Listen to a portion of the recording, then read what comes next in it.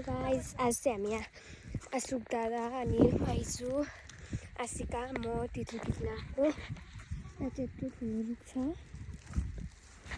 आज चाहिँ मैले माइजूको मोबाइलबाट भ्लग बनाइरहेको। भरे यति भयो। हेर्नु यस्तो हुन्छ त्यतितिर चाहिँ इम्ली भन्छ मलाई। कता खर्छ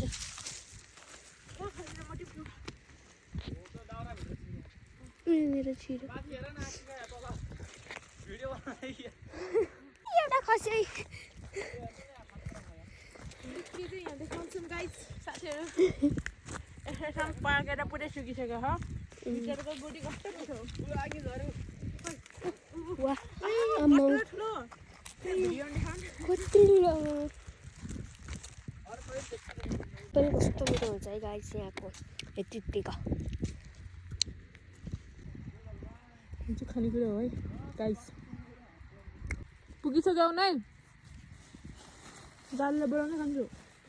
दालले बोलाउनु भयो।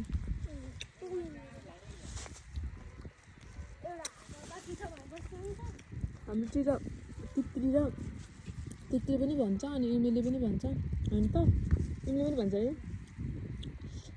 तपाईँहरूको चाहिँ के भन्छ मिठो अमिलो गुलियो